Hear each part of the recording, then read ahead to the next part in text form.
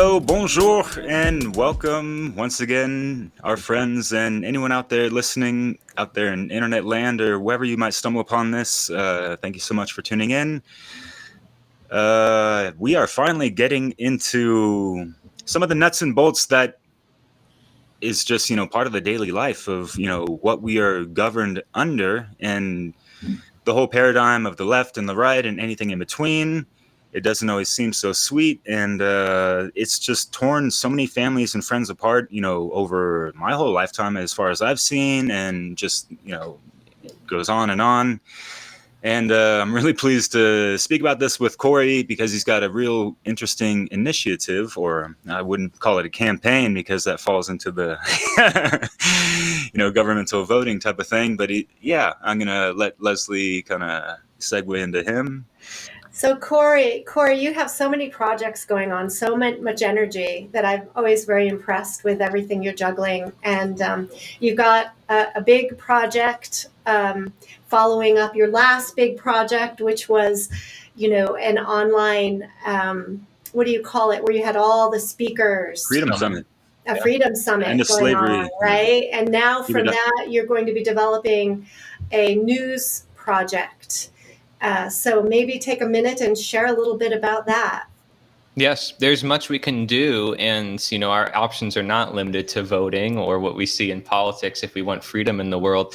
So I am showing by example, and I'm creating a bunch of different projects. You mentioned the End of Slavery Summit. That was great. It had over 50 different speakers and hundreds of different resources. That was sort of the starter project, and it's always going to be there. People can still access it to this day if they want. Oh, cool, you got a QR code people can scan if they'd like, or they can just go to endofslavery.org or look up the End of Slavery Summit. You'll see there's a bunch of great speakers, and every day there's new content. Just take some time each day, choose who you want to listen to. And that was sort of the format. It was very free flowing. There's still people signing up to this day, and when you sign up to that, you sign up to the next project as well, which the next project is going to be even bigger, and it's going to be reoccurring till the end of time. Basically, anyone can contribute to it. So if you care about freedom out there and you want to share your ideas, say, oh man, I'm mad about what's going on in the world, or I have something to share that people aren't sharing, please do share it with us. And you can write an article, you can share a meme, you can share some poetry, you can share some art, you can network with others, you can share some music, whatever it is, we're going to make sure to include it. This is a mass collaborative project called The Liberator 2. You'll see on the top right of the screen, you have the liberator.us, that's the website. So the liberator.us, and it's named after the Liberator newspaper, originally from the 1800s, started by William Lloyd Garrison, who was known as a radical for sharing his views on simply saying slavery is wrong, we have to end it. That was particularly what he was referring to as chattel slavery, ball and chain, people having to work on a farm, not being paid for their labor, and basically all their labor being taken from them. Frederick Douglass was somebody who also became quite famous after that newspaper, The Liberator, and when he shared his voice, and then he started creating his own newspapers, he started speaking all throughout the country, and it was just starting a whole movement of education. And so basically, I look at a lot of their efforts and how much they were attacked and how much the mainstream media was like, oh, look at these radical people who want to end slavery, and see, well, wait, there's people being attacked today for sharing ideas that go against the mainstream narrative. And I happen to be one of those people. I didn't intend for that to be. There's a lot of doctors nowadays who are speaking up about different things, and they don't want to be against the system. They just see that the system isn't working for people, and they see that the systems that are working for people are being suppressed. And so simply we're sharing knowledge, and this knowledge can be powerful because people don't see their options in freedom, how to attain freedom, or medicine, how to attain good health. So it all works together. Freedom is what allows us to have choice. And by having choice and making wise choices with our knowledge, as we do with education, then we can create what we actually want. Yeah. And so this is why these projects are so important. Great, Cory. So important. So we're going to zone in a bit more on the concept of voting, which is a real sacred cow for many people. And when we look back at the history, we talk about the chattel slavery, right? There was a lot of injustice, and people fought for the right to vote. That was like a milestone of freedom for minority populations, African American and women, right, with the suffrage movement and all. So many people are very attached to this idea of freedom as of voting as representing how we embody our freedom. And yet today we're going to offer a different perspective on this and to explain why voting may actually be part of the problem and what enslaves us. So Cory, I'd love to hear your ideas off of that. Well, it's not that it's worthless, as some people might think when we say don't vote or that you should never vote, but actually that it's dangerous. And people may not see why it's actually dangerous. And the reason why is because all the people who do vote or who participate in politics, if I want to say that's political action, they don't know about this thing we call statism, this belief in authority. In fact, it never basically enters the conversation. Because if it did, they'd realize, oh, wait, voting reinforces statism or this belief in authority. So what do I mean by belief in authority? It's also the permission, giving permission for people to do bad things or wrong things. Okay, so what does that mean? Okay, if I say someone's an authority, I say this person is my authority. Can they do things that I can't do morally? Can they choose to violate another person's rights? And I can't choose to do that because it's wrong for me to do. I realize it's wrong and other people realize it's wrong, but is it right for them to do it because they're an authority figure? Because if we look at taxation, for example, it's taking certain people's money that they own and for the benefit of another individual. Frederick Douglass even said this himself, that he talks about taxation in his own autobiography. He says, you know, my money is what I earn. This is the fruits of my labor. This is why I'm no longer a slave, or I shouldn't be a slave. It's because my money is my money. And like my labor is my labor. If my labor is not my labor, I'm now a slave. And so the abolitionists were starting to catch on to this, and a lot of them were catching on to the political side of it as well. Keep in mind, taxation is not like it was today, like it is today, back then. Okay, things are a lot worse on the political side today than it was back then, but it was already worse enough for so many of them to speak up about it. Lysander Spooner talked about this quite a bit. You know, he talks about taxation. He even talks about the Constitution. He talks about voting and how you can't just vote for a new slave master because you're still a slave. So even if you go to a new plantation or choose a new master, it doesn't change your circumstance. So we really have to break this down. What is statism? It's the belief in authority. It's the most dangerous superstition, as Larkin Rose has called it, right? It's also the root to the end of all evil, as Jeremy Locke calls it, or the one great divide, as Mark Passio calls it. And these are researchers who are now gaining popularity, and you're talking quadrupling every single year because they're sharing these ideas and people are saying, oh, wait, they're onto something that nobody in politics is talking about, which is why these books and these seminars are actually mind-blowing for a lot of people. And then it changes their whole life because they realize they've been holding on to a belief system since they were a very young child, and they didn't know it because it's a very young child. I mean, how would they have known? They were programmed into it. So we have this society that thinks, yeah, voting is necessary. But is voting for an authority the same thing as voting for my favorite ice cream flavor, you know, among my friends, or voting where we should go to a restaurant? Is it the same thing? Because, you know, voting in the same, it comes from the word vow as well, with dedication and pledge. You know, it has different meanings. And sometimes I feel like people are justifying violence. And I know this, I don't have to say I feel like it. They're justifying violence by believing in authority, by saying they have to vote for one. So what is the difference? If I vote and say, hey, I get together with a bunch of friends and we say, okay, well, what ice cream business should we go to? I say, I want to go to this one. They go to that one. And I'm like, oh, man, well, everybody wants to go to this ice cream place. And I couldn't go to my ice cream place. Well, I guess I'm going to go to their ice cream place. I feel like I'm morally obligated to do what they say, but they're not holding me down by gunpoint. They're not violently imposing their will on me, saying that I have to go with their ice cream plan. Maybe I don't want to go there. And by the way, ice cream should be raw and, you know, organic and all that stuff.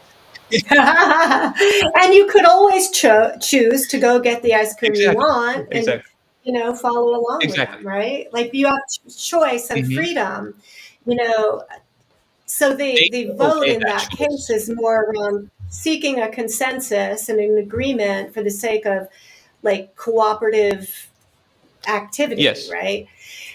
And when, as opposed to in voting for us, let's say a politician, a president, a governor, there's a difference in that you are essentially saying to this that this person here can represent me and just make all sorts of decisions without my Well, whether you participation, like it or right? not, by violence. Whether I agree. And Right. so the It's Yeah. difference just between a Western group of and the man's friends. law that coerce us against, our freedoms, whatever. Right. Yeah. Sorry. Just to clarify. Yeah.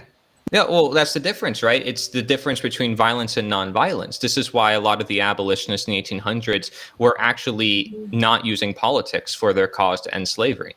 William Lloyd Garrison made it really strict in his own words, like, we should not be voting for new laws trying to make slavery less of a worse condition. He was actually saying we need to end it now, immediate. And that's why they were called immediatists or abolitionists, because they weren't Right. about like gradually or gradualism, bringing it down step by step and passing new laws and trying to make it better for the slaves. They're like, if it's wrong, it's wrong. Why do we justify it at all? Just because we can make the condition a little bit better. Okay, so That's yeah. a good point, Cory, because the voting in our system today is not eliminating slavery. It's just making it a lot less apparent, right? It's like the soft way of giving us a sense that we have some control, but we really don't, you know? Does that make sense? Sure. It's not. Yeah, and so like when you have your friends, you can get out of that agreement if you want and say, okay, well, I guess I'll go to my ice cream place by myself, or okay, I'll go with your ice cream place. But no one is saying you have to follow them. And the difference is in politics, if you vote left or right and the right wins or the left wins, is they're going to impose their will on the other side with violence in order to get done what they want done, even if the other people disagree. Okay, they can't choose to live their life as they want. They have no choice but to abide to those who are voted into power. Does that sound fair? Does that sound moral to anybody? 51% of people imposing their will on the 49%, or even 99% against the 1%. Does that 1%, is that justified? Any violence upon anybody? Because if you say, oh, well, at this percentage it's justified, or at this percentage we can tax this much people by 10%, or just 15%, or maybe even 1% of their income, you're still justifying theft. You're still justifying basically slavery, imposing your will on others, saying that you can control their life or their fate, and saying what they do with their own life and property.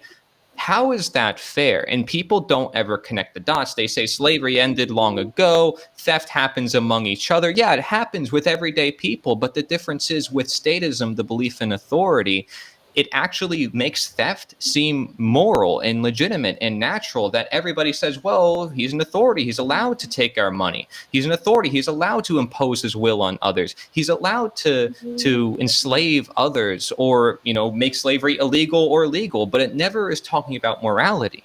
Was it writing on a piece of paper that changed slavery in the 1800s? Was it really writing and saying it's illegal that made it immoral? Or was it the change of the hearts and minds of individuals? Because would anybody try it nowadays? I mean, yeah, there's going to be some parts of the world that are trying it. Maybe some of their governments are supporting those practices, or they're getting through loopholes and they're on the black market created by these systems. But generally speaking, you look in America, the average person does not want to enslave another, or they think it's outright wrong and it shouldn't even be continued. So they see evil and they point it out and they don't continue it. But in the difference with politics is people, they may see evil, but they actually continue it by voting, and they The lesser don't evil, realize man. Hey, that. They that's don't better realize than that. just the pure evil, just a lesser version. It's like, but be lesser than, But not really. but less the, evil still, regardless of it's less than or equal to. But yeah, just real quick, and we did a bad job of introducing you, because you're an author. You've written 5 books. You've also produced some music. You're a podcaster, interviewer, conference organizer, host, and you're going to be in a couple other upcoming conferences, including the ones that we're going to be in, which we're also featured with much honor in your Freedom Summit. The Trivium coming up June 24th and all that stuff. But, just going back to the whole, the idea of how people don't see that, we're still under some kind of slavery.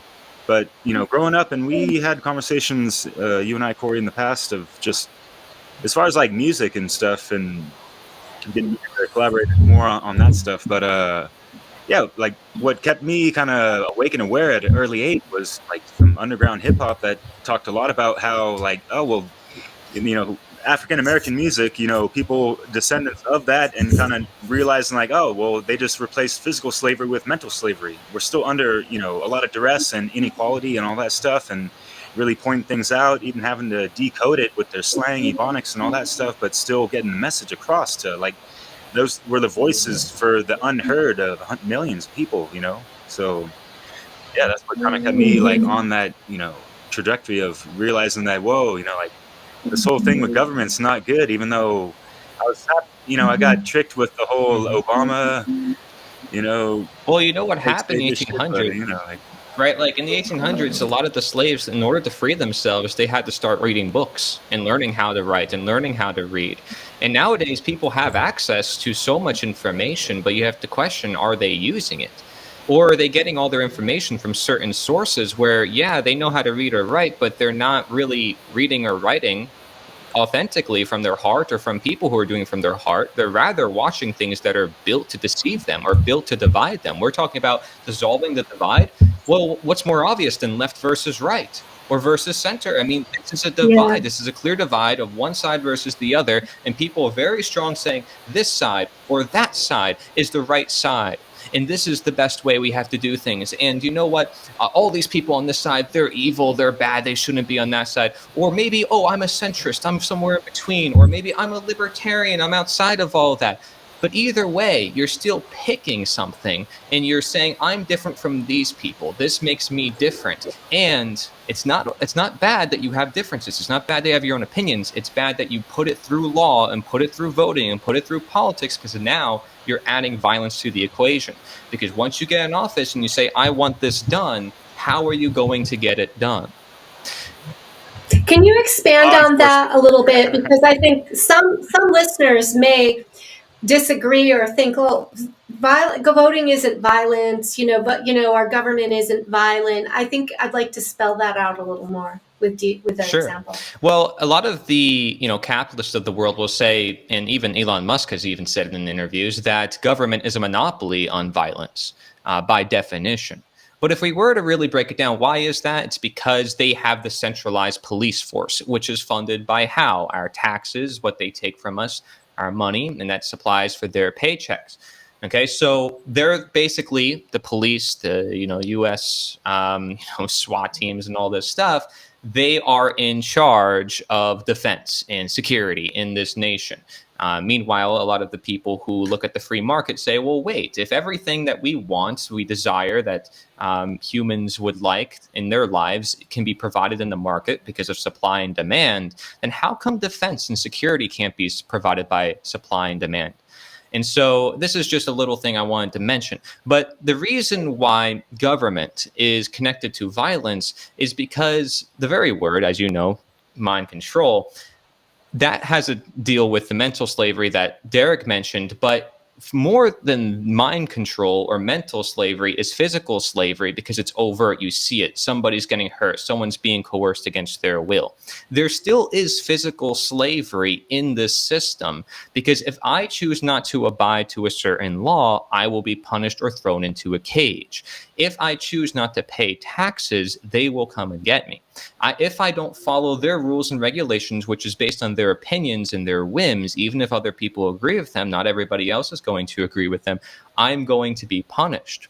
Okay, and so you have to question, well, is that right? Did I do anything wrong?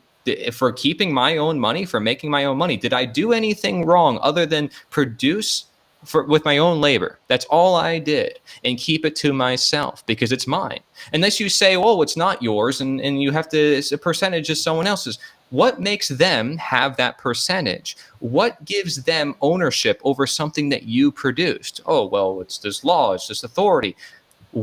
As we This say is so. where statism comes in, this belief. It's like, Well, you just made this up, because I could have just wrote on a piece of paper and said, I have the right to tax my neighbors and steal their money. And then say, well, look, it's on a piece of paper. It's fancy. It looks nice. And there it's official. This is law. Let's have a vote. And if everyone in the room says yes, then whether there we it's go. 10 people, 100 people, or millions of people calling themselves a government, as Lysander Spooner said, it does not make an immoral act into a moral act. Right? The morality does not change based on people's opinion. I can think murder is wrong, is right. I can think theft is right, but it's not. It's not right. Moral and relativist. This is the key. Yeah, this is why it's not even moral relativism. It's just a lack of sympathy or empathy for the fellow human being and putting yourself in somebody else's shoes. The golden rule is just simply saying, yeah, I don't want to get hurt, so why should I hurt others? Because if I hurt others and I say they can be hurt, well, then I'm opening the door up to myself. I'm saying, well, I can get hurt too. And if I don't want to get hurt, why should I start hurting other people? So, and this is the concept. And then people will make justifications maybe and say, well, what if I like to get hurt? It's like they don't get the point. People's life can literally be in danger. There's a lot of victimless crimes in jail right now. People, over 80% in the American US system of people in jail for victimless crimes. They didn't harm anybody. Maybe they just put a substance in their body. They grew a plant in their own house, right? And they're being punished. And they didn't do anything to hurt anybody else except themselves. They made a personal choice of what to do with their own money and their own body. Unless you say that they don't own their own body or their own property. But why should you say that? That's a good example. Yeah, the substance illegal. Some substances are illegal in one place and legal in another, and you can cross a border and end up, being fined or in jail, and it's so relative. And that's all the result of voting. And right, it is all the result of voting. And then I was just thinking about, you talk about the percentages of people who voted, but how many people don't vote at all, and where are their rights being represented? I'm pretty sure more than half of them are like, man, I just don't even want to mess with politics. I don't want to get involved with this. That's the common person I talk to. They say the person who doesn't vote, like who are not politically active, they're just like, yeah, I just want to live my life. I want them to leave me alone. Yeah. But then here's a bunch of other people saying, well, we got to do this. We got to do this with everybody else's lives. And these are the people who religiously believe in voting and government and politics as a means to change the world. But can you change things through politics? What does it mean to change things through politics? The word politics just means city. It doesn't mean you have to go through some voting or some election ritual. It could mean educating people. Do you ever think about that? What's the point of religions? If we look at the tradition of religions, of coming to church, learning from the Bible and all this, what's the point of that? What's the point of schools and having education if you're going to say, well, no one's going to be acting moral unless we impose a law on them? What's the point of morality if you're going to say legality is morality and saying that we need laws in order to be moral? Because then that's a great question. What is morality if we're using legality as the precedent? So that really means that legality can be immoral. That's the mind control. And is in many cases. It comes in so many different flavors, generation after generation, from politrick to politic. And politic, what is a tick? It's a parasite. And poly means multifaceted, so it's a multifaceted parasite in a sense. So it's always going to be, evolving and devolving to, suck the blood out of, life force. So one of the justifications people say was, well, what if we get the right law or the right person in office? But what is what you consider the right person or the right law? You say, oh, well, if it's aligned to morality and, if murder's wrong, well, then we take their life, or we cut off their finger, or we take off their eye. This is what the first law systems go back to the Code of Urnami, back in Sumeria, the first law code ever written. And it's just arbitrary. If this person does this to this, we'll cut off their foot. If this person does this to this, who decides these rules? Why can't it be another way? What if I say, I don't want to deal with this violently. Although this person did something wrong, I don't want to do anything wrong to them. I want to leave them be because it can make the situation worse. Or what if we want to bring it to the family and see what they want to do? What if they want to go to a court with people and settle it out? What if people want to figure out their own business instead of having third parties get involved with everything as we do in this system? And that's what you have with law, is you have this person saying, oh, look, well, we have a law here. It's like bro, I was just mowing my grass. Like, bro, I was just producing money. Like, what are you doing here? I was just There's the third party planting right a there with plant, the, growing a lawyers and all that, court plant. stuff, the legalese and all that. Sorry, Leslie. That's all I wanted to say. Well, no, I think you're bringing up a point that I was thinking about is how this system of voting leads to this very complex and confusing, expensive kind of infrastructure in government, right? So it's extremely expensive, and so much of our money gets pulled into this wasted infrastructure and of contradictions, right? And irrationalities that we have absolutely no power over if we are complicit and compliant with the system of voting and governing and, politics, as you say. And I think that, there's so much waste here. Yeah. And it is leading to lack of morality. And when we're talking about why authority, the statism is a belief in authority, and that's bad, it leads to violence. It's because that power is abused, and it's being abused over and over, where people are letting this power go to their heads, and they're operating under their, reptile complex of their brain. They're not operating from care. So when we give away and we just like cast our vote and walk away, we're being really irresponsible in a sense for what these people are doing. And that's not right. Why is the power being abused? Perhaps it's because we're putting people in power positions that they're not naturally supposed to be in over other human beings, where they can decide basically other human beings' fate, as I mentioned.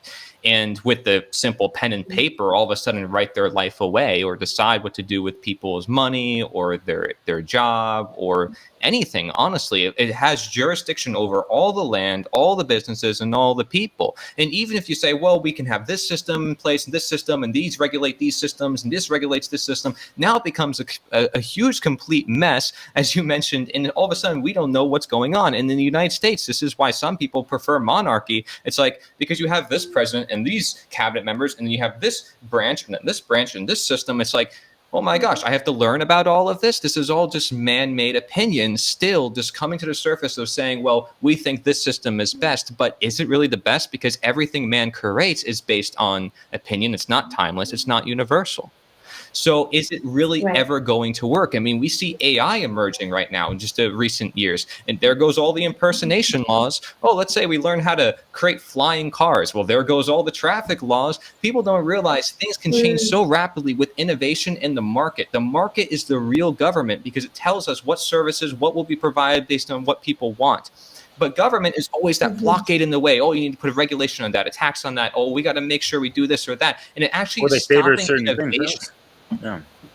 I'm sorry, what was favor certain what? Favor certain corporations because certain corporations, funded them to a certain degree. And it's just, so they're basically they're puppets on strings. All these people that we're voting for, whether it be the Senate, the Congress, up into whatever, there's, the hierarchy, chain of command and all this stuff. And you got to vote for this and this. And if you're a bleeding heart, whatever side. And, there's like the three terms that have become derogatory for both sides. You have the leftist, the Democrat, or the liberal, right? They're all one in the same.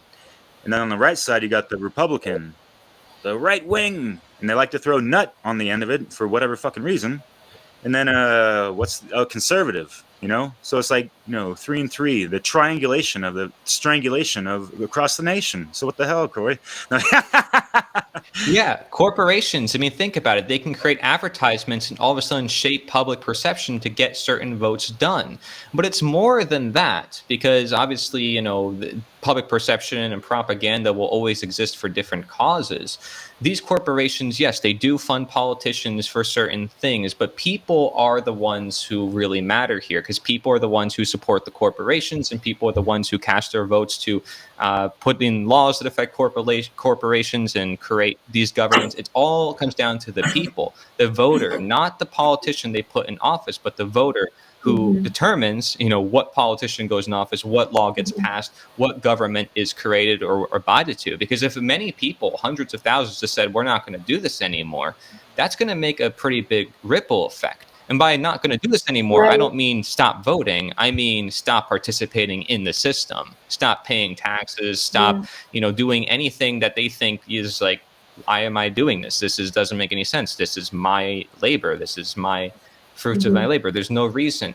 So, I mean, you see this after the end of chattel slavery in the 1800s. They had to introduce the income tax, and they had to make things much harder on people. But Lysander Spooner and Henry Clark Wright and Ezra Heywood and all these guys were starting to see it so early on, Josiah Warren as well.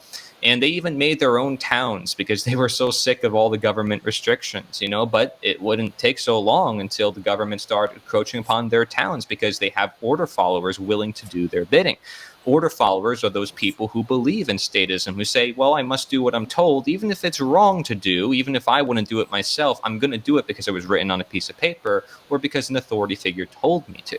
So this is why it's important to talk about statism, the belief in authority. And I can ask people a simple question. Does anyone have a higher claim over your life and property other than you? And if they don't, then you own what you own. And that's it. If you don't own what you own, then who owns it? What gives them the right to that ownership? Did you give it to them voluntarily? And these are the questions, because ownership is the very premises of morality or why we ended slavery. It's the idea of like, this individual is their own, regardless of skin color, regardless of all the divisions. We're talking about divisions here, regardless of left or right, regardless of white skin, black skin, or culture and this background. We're all human beings. Do you mind if I read a quote from William Lloyd Garrison? I mind. So if you go to thearchive.org, you'll see a letter on the political obligations of abolitionists. This was a back and forth letter conversation. Some people challenging William Lloyd Garrison, saying, why aren't we voting? Why aren't we participating in politics? And he came with like a really big response to those concerns. And this is just a part of it. He says, the great end at which we aim is to subvert the relation of master and slave, not by machinery, political or ecclesiastical, but by establishing in the hearts of men a deep and wide-spreading conviction of the brotherhood of the human race, that God hath indeed made of one blood all nations of men for to dwell on all the face of the earth, that all men who mean to obey the divine appointment and honestly get their bread by their labor, have a common interest in sustaining the principle that the laborer is worthy of his hire.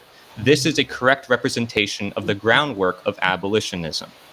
So if you really break that down, and of course they write so beautifully, right, back then in the 1800s, what he's saying is that we're all equal, which, you heard it in the Declaration of Independence, while a lot of them were slave owners, by the way, but he's saying we are actually all equal. If we're going to follow this principle to its end, we need to follow it. And that means realize we need to end slavery and not participate in politics because it's connected to violence. He said this in many other quotes, which I have compiled and put into my own book, Slave for Good, and other works of mine. So awesome. I think it's important. This is why I call myself an abolitionist as well. Yeah, it's better than an anarchist because that word triggers a lot of people because they don't want to go into the whole, true etymology of it, or, voluntarist is also another good one. But, I wanted to rewind because it sounds like Lysander Spooner and them cats were more principle followers, not order followers. And apparently, certain things that I've learned were something along the lines of, we're obviously being Americentric in this whole podcast, talking about more American stuff because we're all from there. But apparently the historicity of order followers or, law enforcers or law officers or whatever, right? The first sheriffs are, were ex-bounty hunters of slaves or something of that nature. Yeah, so actually, it's correct me if I'm wrong on that, but that it just makes you open your eyes wide. Like, okay, so the police derived from that. Okay. Yeah, it's true. You can look this up as well, and there's a lot of supporting evidence for it. There's many sheriff badges that you look at today, and they're actually the same as the slave patrol back then. It just so happens that a lot of the origins of modern day policing goes back to the slave patrol. They need people to patrol the streets and see what slaves need to go back to the plantation because there were a lot of runaways at the time. And a lot of those slaves were running away from the plantation, running away from their master, trying to free themselves. And the governments were actually actively passing passing laws trying to get the slaves back on the plantation. And so this just tells you, you can have a system where people may disagree and say, yeah, well, these slaves should be free, but they'll say, oh, well, because the authority figure told me to bring them back to their plantation, I must do that. And because it's my job too, my whole living is based on basically doing what I'm told. That's the job of a policeman. That's the job of anybody employed in government. This is what Leo Tolstoy came to understand after the abolitionist. He started reading the same abolitionists that I read and all the same people that I study. And you know what he said? He said, man, if you don't want to support violence, and he was like a very non-violent Christian, like this is all he was about, was trying to reduce violence in the world. He said, don't have any position of any connection to government. That is the number one thing you can do. So people can say, yeah, violence will always exist, slavery, theft, yeah, it will always exist. The question is, when is it legitimized? This is when you add statism, the belief in authority, the permission to do wrong things. If I can't, again, grant myself permission to steal money from my neighbors unless they vote me in through elections, through politics, and through these systems. I call that political action. So what is the opposite to political action? Moral action. If you go to the website voluntarist.com, you'll see, wait, this is a political position that isn't political.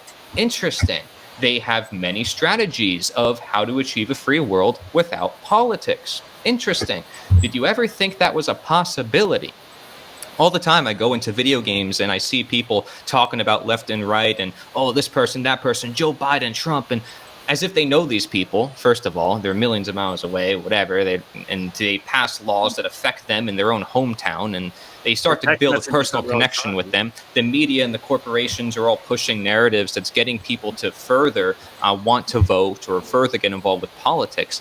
And I'm just sitting there like, really, these people are so engaged in this, and this is a video game. So it's like you can't really escape it. Everyone is exposed to this division, voting. And it's happening everywhere. It's like, how are kids supposed to escape it if their parents are also involved with it, or if it's in the video games that I've seen, right? Yeah, such indoctrination. So then let's talk a little bit about, there's so many things that are popping into my head. So one aspect is just another argument for how this whole voting system that we're in is not working, and it's because of this massive compartmentalization and the obfuscation that exists in our governmental system, where there's so much hidden from one department to the other. There's information and lies given out to the people who are supposedly, getting information to vote. There's manipulation at all levels of the information, the access to information, the access to voting, all sorts of things that go wrong in that process. But even if all of that, then we think about, okay, can you vote for like the size? Like, it's one thing, okay, there's 4 of us, we're going to go to ice cream. Then you might think that, okay, maybe as a community, we're going to choose a company to put in our water pipes. Okay, we have to come to some agreement, right? There's a decision-making process, and there could be a variation of a vote somewhere there. That's something to consider. But then the bigger you go, to like federal, how can we actually have a say for something that's going to apply to millions of people? Like, how does that ever work? Right. That's a good point, and people like to compare government with businesses and organizations. But again, those are voluntary hierarchies as opposed to the government, which is involuntary. If I get together with a bunch of friends and I really don't like their decision making, I may even get mad. I'm never going to still resort to violence because violence is never justified. But in government, it is justified because that's how every order gets carried out. You can say, oh, I don't like this, I don't like this. But if you don't do what they say, at the end of the day, you're going to be coerced. And so you can speak up all you want, you can cast your votes all you want. It's not going to matter because at the end of the day, violence is government's proceeding, whether people want it to be or not. And if there's no violence in the equation, there's not a government. It's a cooperation, it's an organization, it's a business. And you can get out of that anytime you want. It's not an abusive relationship of somebody constantly beating down on you, like you mentioned before. It's actually one where you say, okay, well, I don't like this relationship, I'm going to leave. And I can leave. People in government's like, oh, I have to be in the system. Oh, I have to vote. Oh, it's the only thing I can do. It's my voice. We're telling people it isn't the only thing you can do. There's a lot more you can do. Politics is not the only action. Yeah. Yeah.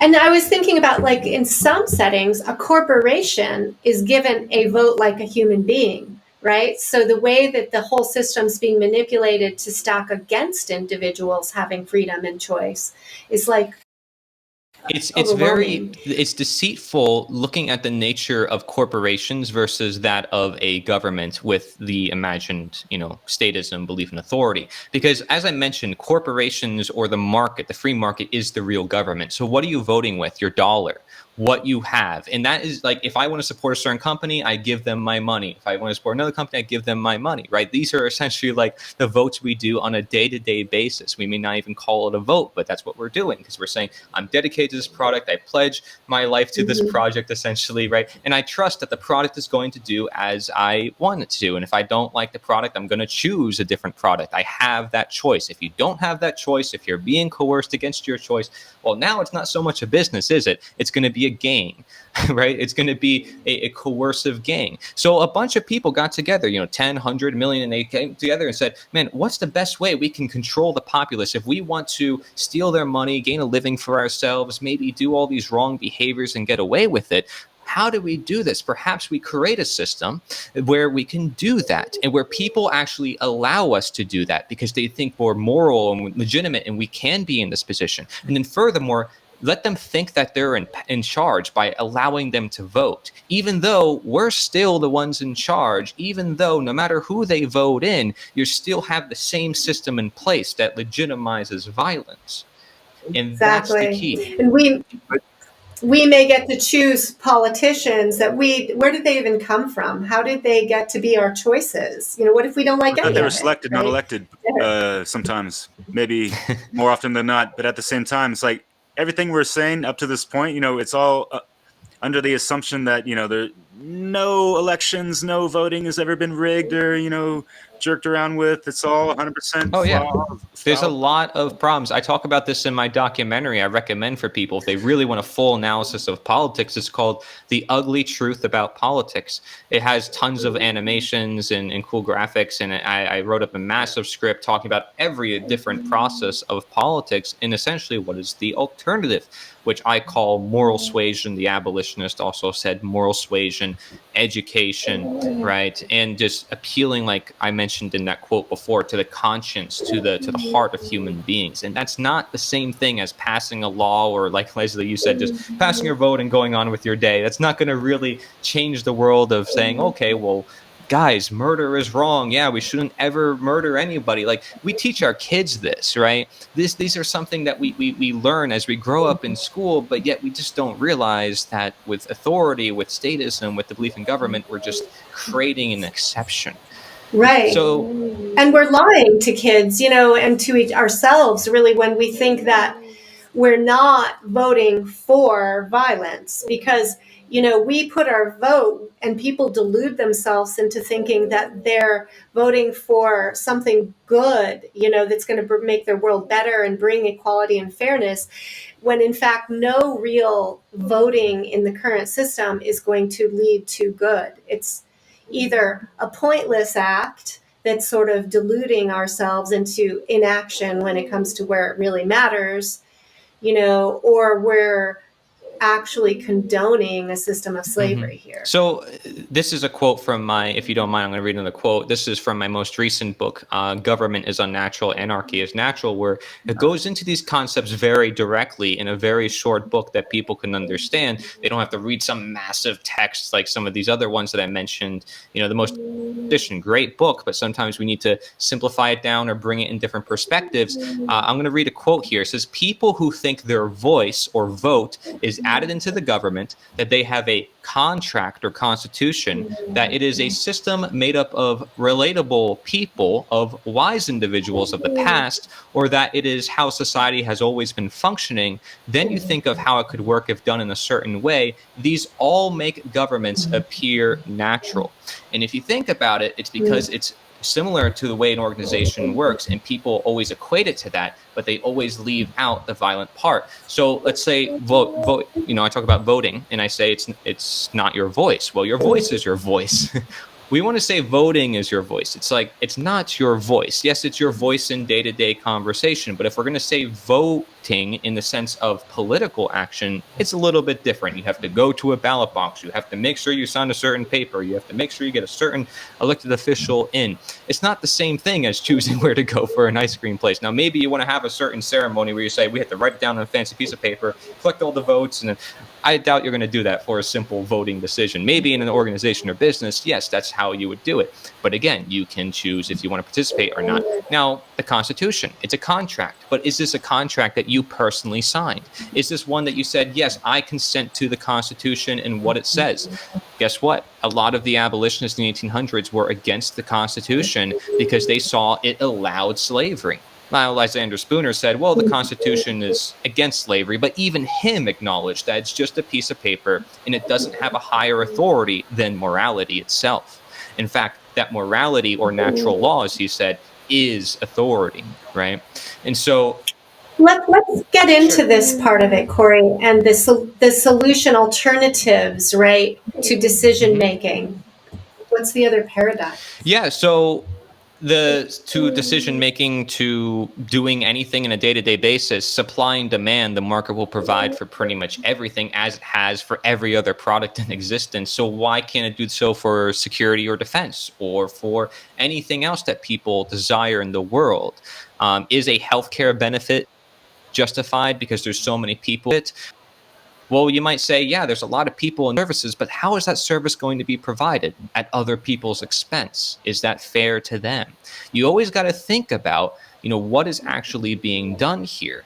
And we want to prevent, long-term or grand-scale violence. And we see democide as the #1 cause of unnatural death. And this is death by government. So if we want to prevent World War II, we really have to consider, is voting really going to help us? It may not. In fact, I'm saying it is not. Okay, it's actually dangerous because you're allowing violence. So what is the opposite to violence? Well, talking about that, it's violence. Sharing it with the world, because so many people think that it's not. People think that, wait, if I'm voting for someone in office and they're going to pass this law, the politician doesn't go up to the stage and says, we're going to pass this law and I'm going to do it with violence. He doesn't say that. He makes it sound good. He makes it appeal to people, and he makes it sound like it's just some ordinary thing that everybody's going to like, and it's going to be great and the world is going to benefit massively. But then you see something like Obamacare and all these different things come out, and it actually makes the problem much, much worse. And not only that, but people now have limited options because the government has a monopoly on what options are provided. People can only go to the U.S. Post Office for their, postal service. Lysander Spooner set up his own post office. He gets shut down by the government because the government needs a monopoly on their services. So we get rid of that monopoly, get rid of the violence, and all of a sudden you have a world flourishing of innovation. So the key to creating that world of innovation is to innovate, to show the alternatives, create the cryptocurrencies, the counter economics, see that there's a whole society. I mean, Derek Rose is starting up a whole bunch of solutions for people. He's doing seminars all the time about all the things people can do that's not on the government side of things. And this gives so much freedom and empowerment to people's lives. They feel better directly. They're not asking for permission to feel better. They're not saying, please, if you go in office, you'll make my life better. They're making their life better now with their own time, with their own money. And this is their real vote, essentially. This is a vote that actually works, that is guaranteed to vote because you are doing it yourself. And you can still have help from other people. You can still hire other people, but you're not deciding for other people what should be done with their own life and property, right? So the moral suasion is all about respecting our fellow human being and teaching morality. If, let's say, we got rid of these systems that we think are to protect us and to make us all moral people, how would we be moral? Well, we have to teach each other morality. We'd have to teach each other responsibility. We'd have to be careful of what foods we buy. We don't have the FDA regulating everything. Even if they do regulate everything, are we still healthy? Are we a healthy populace in America?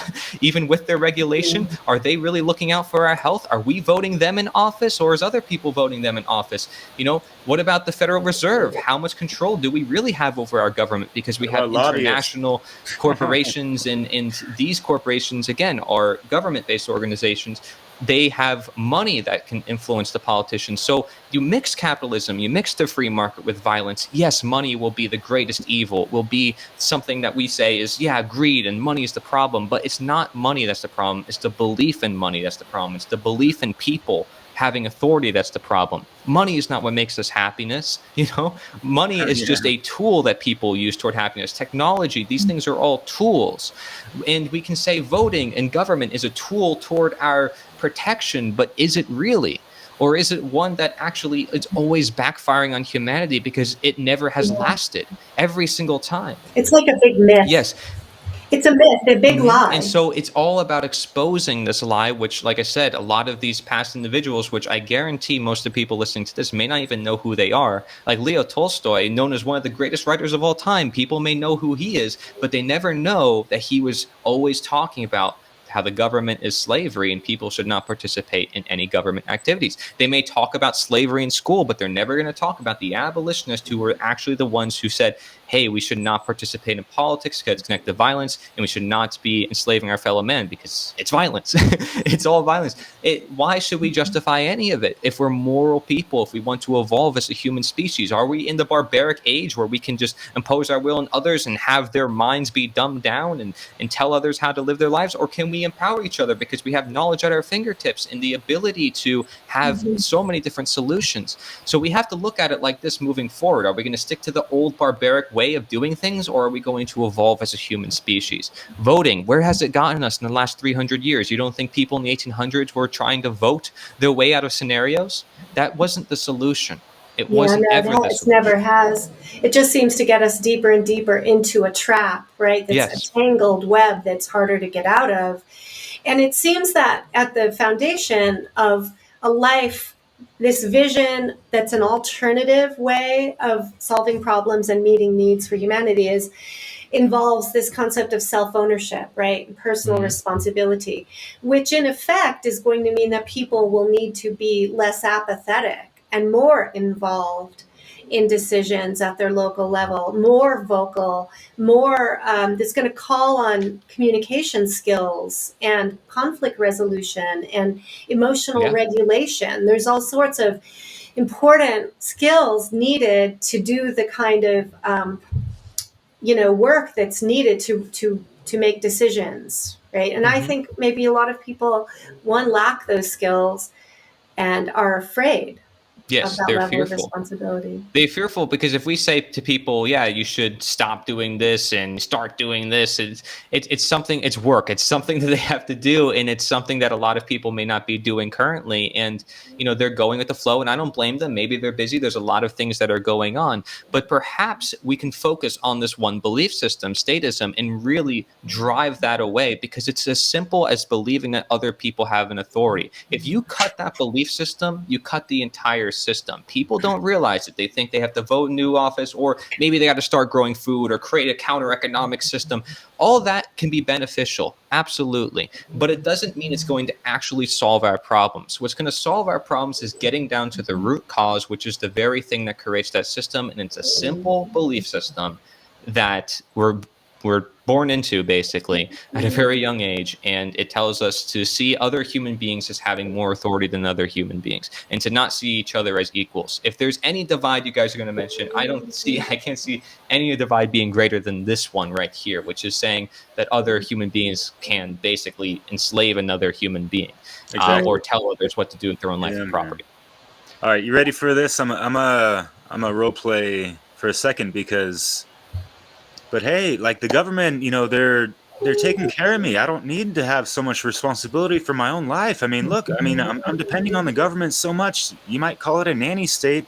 but don't make fun of me, man. Like, I got that welfare. I might get food stamps, or like I got that child support and all these other things. And you were talking about Obamacare, man. I have friends that benefited from these things, and and you're telling me all this is wrong. Like, how can I see something better than this? Like, I can sit on So my ass, and I got retirement funds and all that stuff down the line. do you not have any Government's got my guilty back. conscience knowing where those benefits come from?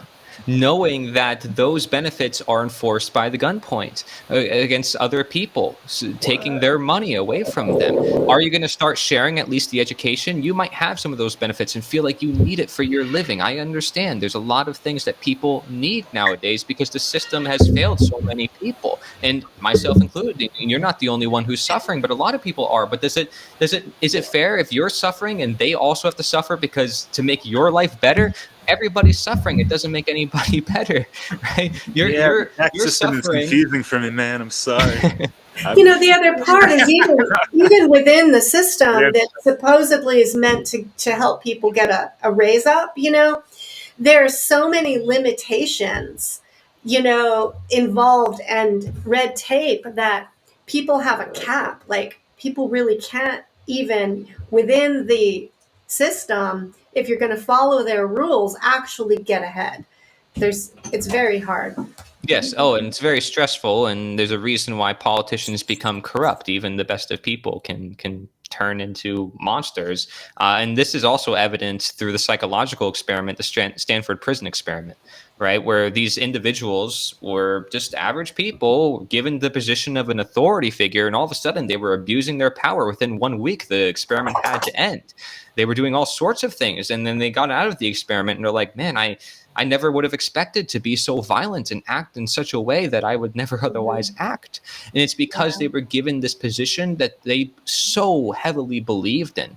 And having other people under their control, they felt like, man, I need to have this because otherwise this prison will not work. It will not function properly. We need to have order. We need to have this prison system. There's no option of walking away from it, getting away from it, and just living my own life and letting people, do their own thing. No, I have to be the authority figure. This is my role. This is my title. And so when somebody becomes into this authority position, or they're voted in, or they're voting for someone else, they're saying, I want to be part of this ritual. It has to be done this certain way. And there's no other way to do it. But how many solutions are there to creating change in this world? I mean, there's people who are billionaires, who are entrepreneurs, who are doing all sorts of things. And they're not using politics to do that. They're not using violence to do that. But yet they're changing so much of the world. You see YouTubers constantly creating innovations and finding ways to do things. This is how they get their views in the very first place, because people are like, oh, wow, I can't believe they did this. It's cool and it's enlightening, and people look up to them and they learn and they see, hey, this is a leader. They're not an authority figure. They're not asking to be an authority or to have any more rights than me. They're saying, hey, here's a really cool idea. Here's a really cool product. And if you like it, you can choose to follow it.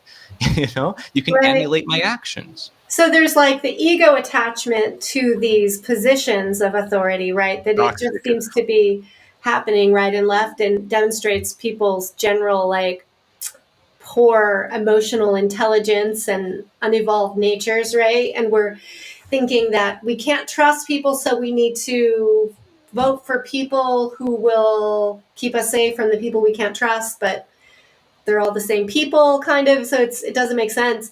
But there's also this stymieing of innovation and creativity when you get very rule bound, right, and threatened or coerced. You can't try that creative idea over there because this group of people over here say it's not been scientifically justified. Right. It's not a truly free market. It's a market that is being controlled and manipulated. So you can't choose what to do with your own life or property.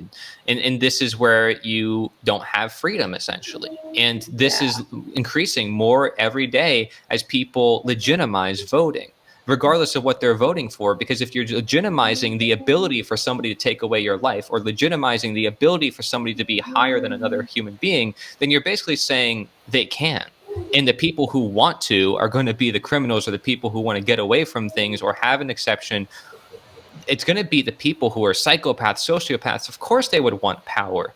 If I ask the average person, it's like, man, I don't like what's going on, but are they going to run for office? Nah, I don't want to do that. And then there's so many people who are like, well, we need more people running for office, and they got to like push them and motivate them because they're like, not enough good people are running for office. We just need the good people in there. We just need to get rid of all these existing people and put in new people, good ones. Now they have this huge burden on their life of, oh my gosh, I got to do this elections, I got to campaign, I got to do this, and I got to do that. And they feel like they have all these obligations, and now they become the politician because they're basically doing the same ritual. Yeah. And that is the crazy part of it. They don't realize that they're turning their life around. Isn't Derek Rose going to be running for mayor in Houston? This is a good point that you mentioned this, because people can still, if they want to, it's just like observing. People can still, this is going to sound a little surprising coming from what we talked about, people can still participate in a political system, but if it has nothing to do with politics, basically. And what I mean by that is if you just go on the front stage just to say, hey, government is wrong, politics is wrong, and you can vote me in, but I'm not going to accept the position, then there's nothing wrong with that. Yeah. And there's been people who've done that. Patrick Smith. No, Patrick Smith, not governor. I mean, he did a good example of that. And then he realized, voting and elections are not that efficient. But, Ron Paul was somebody who woke up a lot of people simply by speaking and educating at his rallies, simply by doing that, regardless of what he actually did within the government system. It really wasn't that made him popular. It was his voice. It was what he shared with people, the education. So people can use that as a platform to educate. But if they choose to do that, rather than saying, oh, vote me, give me money, make sure I get elected, because now you're all of a sudden saying, well, you have to give me money. What are you talking about? How is this educated? You lie to people about what you're going to do to get them on your side. It's so manipulative. And I would see, and I from what I understand about Derek Rose, is that he's using this as a platform to educate and teach and inspire, stepping into the lion's den, in a sense, to influence or inspire people around natural law and fair, human interaction. Yeah. So it's interesting, like we all have choices how we're going to expose these lies and expose this corruption. And we're trying to each do it in a creative way, Right. And I think that, but the thing is let's say he starts out super well-intended, he could get sucked in just like other people into the corruption, right? So we have to be very observant, and it always comes down to the principles. Yeah, they're going to say, hey, Derek, you want to make sure you put your name on every one of these posters. Make sure you have a campaign slogan. Make sure you speak at this event and that event. Make sure that you ask for a certain amount of money. Make sure, and then all of a sudden, now he's doing the exact same that everyone else is doing in that system. How are you really going to create a change? You're going to become one of them. So the key to being an outcast, to creating something different, is doing something different. Yeah, staying with that, unique and free market philosophy, The so I was going to say, like what? Like the Shire. I mean, the Shire. If you will, just real quick, Cory did an awesome presentation that ties in. I just wanted to say, it's basically the one ring to rule them all. Think of that as government. Basically, what is it? Lord of the Rings Dethroned. That's the name of your presentation, right, Cory? Yep. And in a nutshell, basically, Tolkien was abolitionist. And he was. He said it in his own words. Yeah. And basically, like, anyone trying to, reach for the Ring of Power is going to be corrupted, even if it's of the highest order, like Galadriel or Gandalf. I've said this in other segments, but if you want to add anything onto that, they knew. They said, hey, I don't even want to touch that ring. They're like, this is not something for me. It needs to go with the freest people on earth. They're the only ones who can take this ring to its destruction. But even them were getting corrupted toward the end of the movies. You saw them as they were fighting over the ring. Oh, it's mine, precious. But they were the ones who were least tempted by the power because they were the most free. free. They were like, we don't even know these people in Mordor, these people who are in the darkness. What is these people? I want to go back to the Shire where it's all peaceful and everybody's trading with one another and growing their own food and providing. And yeah, there's bounders, by the way. These are like the security in the Shire. They're called bounders. They're just people who patrol the streets, and they're not wearing any fancy costume or outfit. They're not claiming to have any authority. All they're doing is just walking around, making sure everybody is doing their own thing, you know. And you can absolutely have that, you know, in any world, people just patrolling, making sure everything is okay. But you don't need, you know, them to have a certain badge, uniform. I represent this and I follow whatever is written on this piece of paper made by this person over here. No, morality is something we can all understand. It's not something that you have to write on a piece of paper. And just because something on a piece of paper says right is right, it's not the piece of paper that makes it right. It's right that makes it right. Right? Because if we're looking at truth, it's such a concept as truth. If we say there is any such concept as truth, it isn't something that's on a piece of paper or something that man has created. It's something that all of man, every human being has to understand. And that's the only way we can attain truth, is through understanding. And that means we need to educate people. And learn to think critically, and to learn, you know, about natural law and where rights come from and all of this. You know, because we're being tested. And in this system of politics, you can see it. For example, in France, there was a recent situation where, you know, people had laws in place about their pensions, and a voted in official decided to exploit a loophole, is the way I understand it, to change everything that affects thousands of people, right? So that they get less pension or they have to work longer to get their pension. So with a swoop of a pen, he decided to go in there and kind of play monarch and somehow justify it by man's law, right? And so what are we going to allow? What are we already allowing, you know, through our ignorance and our naivete? And it may seem overwhelming at first, as Derek mentioned, but the first step toward honesty is what? Addressing the fact that we were lying to ourselves, or admitting that we were wrong. It's the first step toward healing, is to say, man, I have a disease. You have to admit to the problem. So even if you have to tell others and say, man, we are contributing to violence, even if you still are contributing to violence, it's a step in the right direction, is the recognition that you are. So many people want to avoid that conversation. And again, in politics, they basically never mention morality or these moral concepts. Right. Isn't that strange? They put it on us, like, hey, we got to step it up. Like, what can you do for your country, type of thing, in a sense. But then they do it, and they're just, you know, bypassing all the questions all the time. Anyways, really, you know, there's so many logical fallacies when you study the trivium, for example.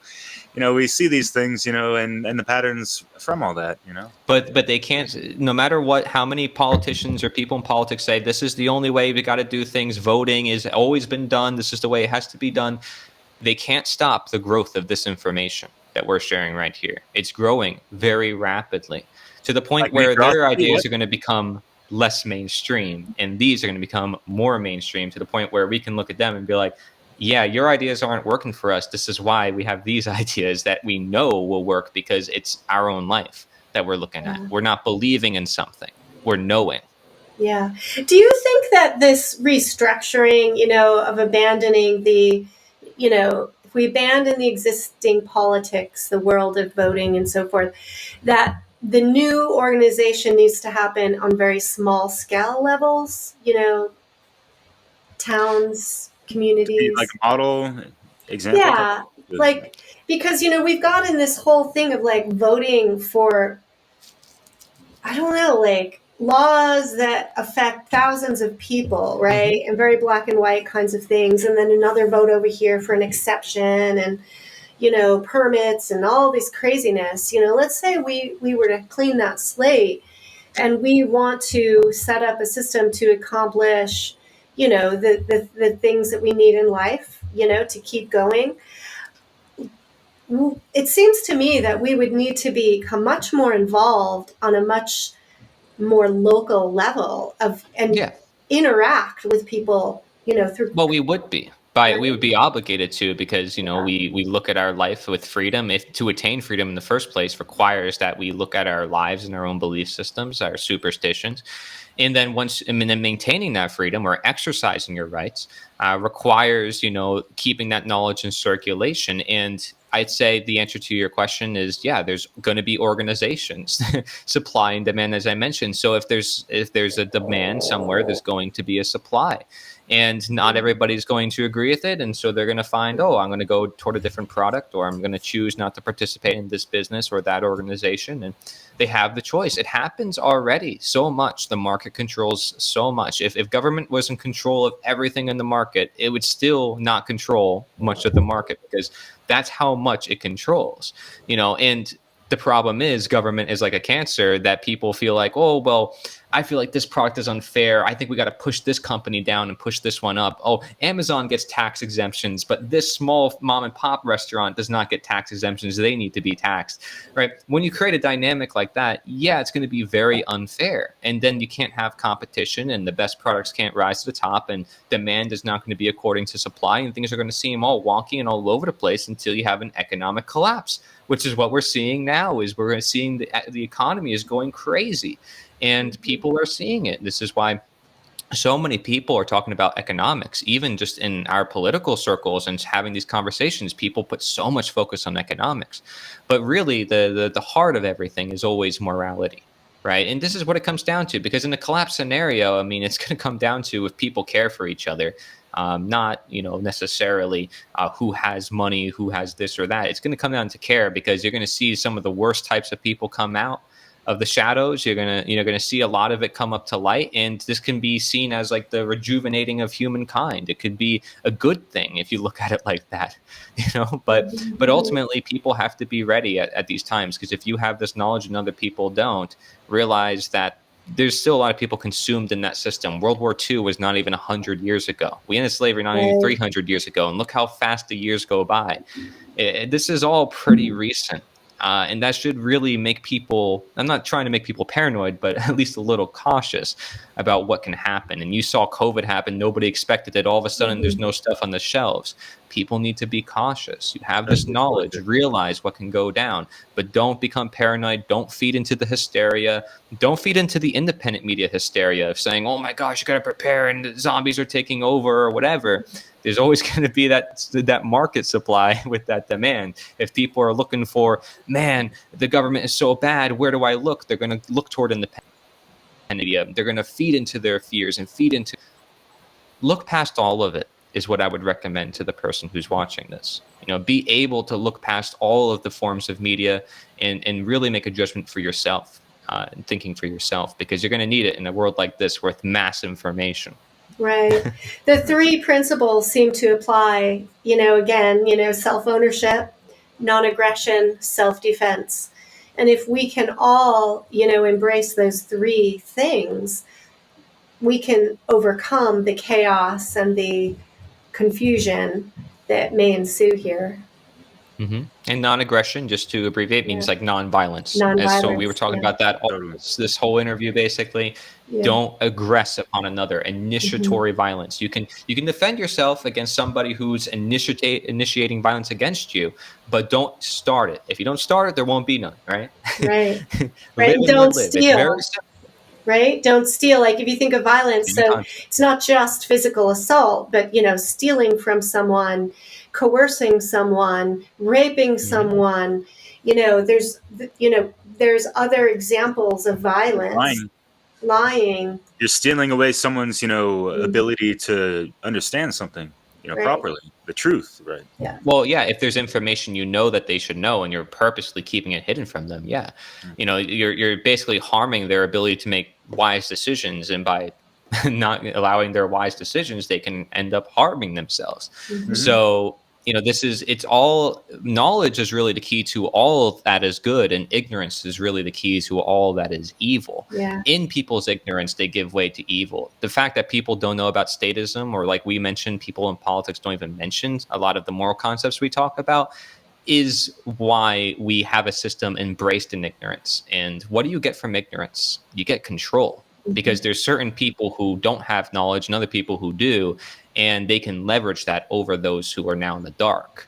right? So this is the whole concept of light and dark in Freemasonry, as you guys may know, and natural law. There's a lot of these concepts talking about this, and the whole idea of the occult means hidden. So if people look at knowledge and they see that as power, then yes, quite literally, if you want to give power to the people, rather than voting, educate them, bring the light to the darkness. This is what needs to be done. We had a really powerful segment with Brandon Martin, just last week, actually. Speaking about these things, trying to bridge them gaps between the esoteric and the exoteric. Right. And I encourage people, join the liberator.us, the website. I mean, you don't even have to join, you just contribute. You don't have to sign your name or, give your address or whatever. Talk about the system. Currently, they want all your information. They want everything about you. They want to have everything about your life. I'm not asking for anything. I'm not asking for you to give me power. I'm not asking for you to give me donations. I'm saying join my efforts. We can educate the world together and share these ideas that we know are right and that we know can help people right now, not waiting or asking for permission. And so you could write articles, you can create videos, you can send memes, poetry, art, whatever you're passionate about, share it with us, network, music, all of it, activism. If you have any questions, you can always contact. And we have a lot of projects with that, including the Never Vote campaign. If for people who they feel like this is not enough for them and they need more concise videos that are more just like to the point, one topic to the next, I wrote scripts and videos about this. Go to nita.one/vote. nita.one/vote. It's the Never Vote campaign. I will be sharing it more in time closer to election seasons. Basically, it's the idea of sharing with people why voting is actually ineffectual, but more so ineffective, not good. Yeah, immoral. Not good for society. Yeah, it's immoral. And, the Later Day Liberator, who is my partner for the Liberator 2, he also has an article about this called Voting is Ineffective and Meaningless. So I'd also recommend that to individuals out there. And then Logan Hart on his latest Wizard Factory this past Saturday, or yesterday would be the 1st of April. He and Brandon Martin talked a bit about this as well, about freedom and the idea of voting in politicians. So there's some really good conversations out there. And I really appreciate your take on this, Cory. And I think that your last statement was really powerful, that the power to the people comes through educating them. And the work that you're doing with this Liberator is and all your work, honestly, is really powerful effort to empower, to inspire, educate, and empower people. So I think this is probably a good place to tie things up. And really, there's so many directions to go and so many layers to this, but I think that we highlighted a lot of important things. Yeah, one thing that I wanted to, ask you as far as do you have any bridges to offer amongst so many of the gaps between, because I got friends, right, in a very liberal area around the Bay. And they're more Republican and they're inundated by a lot of Democrats. And for them, it's just hard for them to just have common I guess just relations with and make friends with people there. Sometimes there's just a weird vibe, and you know what I mean. So as far as people just coming together, letting down all these differences, because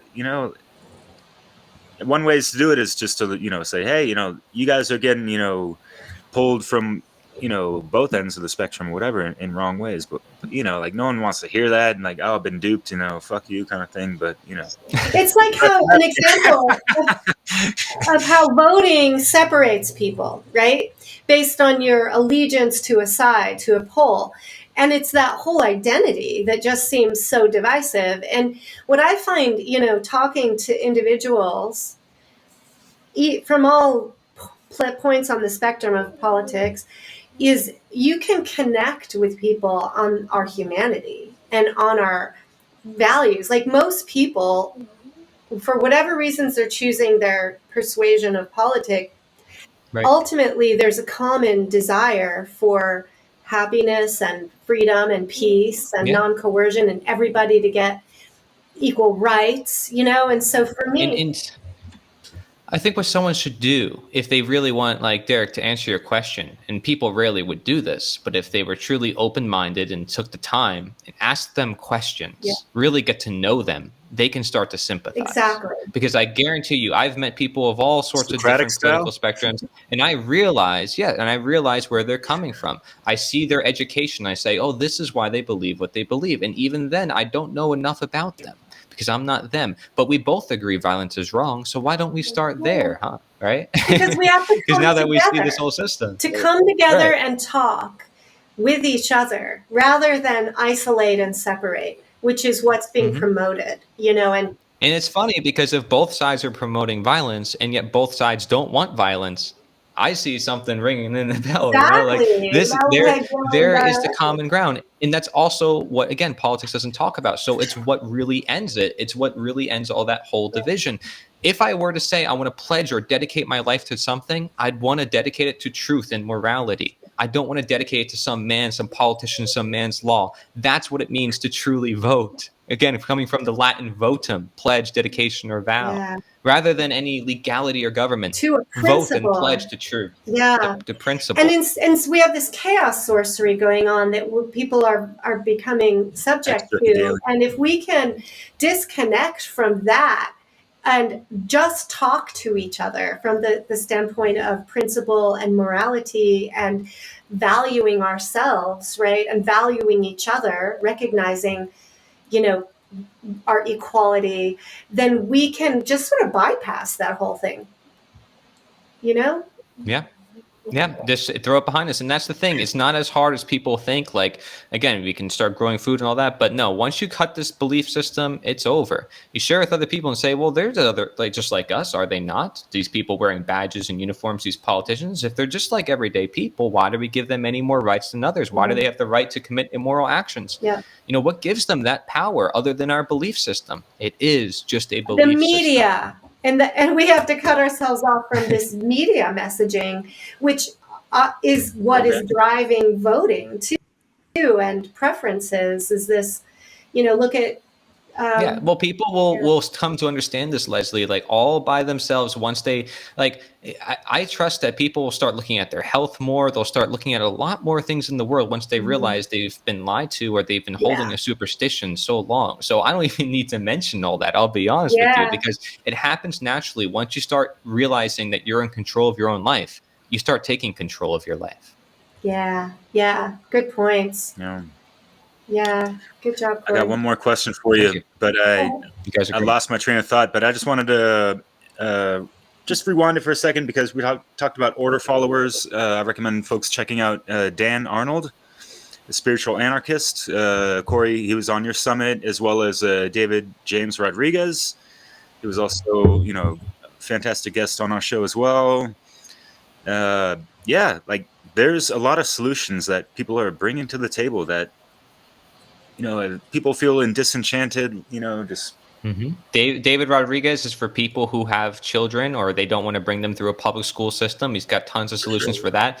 Daniel Arnold, he's also an author, you know, 40 plus years in the law enforcement field, coming out of that, realizing he's basically been promoting a system all his life. And, you know, he came out of that stronger and better as a person, not worse. He didn't feel worse about it. He felt better because he said, I don't need to be part of that anymore. I'm now truly free in my own spirit, in my own body. It's like what Gandhi said when he went to jail for his beliefs. You know, he's like, guess what? I am truthful to my soul. You know, they can do whatever they want to my body, but I know I'm with the truth. And that with me rests with myself with no guilt. With no guilt to my conscience. I know what I did is right.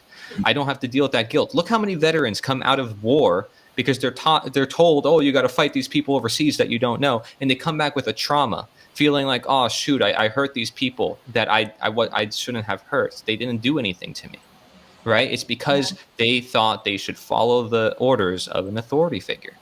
Sure. It's the root to all evil. Yeah. All right, I thought of my question before we wrap it up. So I'm sure you've gotten this from people, and they'd be like, wait, so you're telling me that you did not vote? So then you don't even have the right to complain about the government. You know that one? Well, I'm going to complain whether they like it or not. Because the truth is like, you do have a voice and you can't stop somebody from speaking. You can't stop people from innovating. You can't stop people from producing. And this is the beauty of life. And we need to simply embrace that. You can't stop people from having their own opinions, of having their own way of life. You can think that you can vote it away all you want and bring somebody into office and change it. But at some point in time, you have to learn to accept it. I think there's a quote by Epictetus that says, there's people who you disagree with. You either educate them or learn to bear them. That's the only two options you have. Are you going to resort to violence instead? Well, you're not much of a moral character, are you? You're not much of a higher being, are you? You're somebody who resorts to some barbaric acts to try to get your will be done. Might is right. And you don't even teach morality. You don't even think about morality. There's no point of it. You just think, well, if I have this sword and they don't, I can do whatever I want with them. That makes you a slave master, my friend. Yeah. And if we say that we believe in equality, and then we say that if someone doesn't participate in government, that they don't count, right? Their voice doesn't matter because they didn't participate, then we're basically very hypocritical. If we're trying to say everyone's voice counts, everyone matters, we're equal, versus, oh, you only count if you vote, right? That's and furthermore, again, those who are voting are promoting the violence and the bad things on this earth without realizing that. So they're actually completely in contradiction. Exactly. There's so many contradictions. And I think if people would stop just being an automaton, like do automatic things and just don't question what has become automatic in their ritual in life, right? Then, people need to stop that so that they can question, and then they'll see these contradictions, right? Mm-hmm. Yeah. Take the time to read some of the material or really reflect for yourself, because you can watch this and it's not going to be enough for an individual. It wouldn't be enough for me. If I were to look back then, it would maybe start getting me on the path, but I'd realize the real path is one that only I can take. Yeah. I have to sit down with my own conscience and ask myself questions. Yeah. Yes. Yeah. Great. Yeah. Yeah, appreciate this. Yeah, anything else you wish to share and declare, brother man? Any other plans you got going on? Thank you. I thank you guys so much for having me on. Yeah.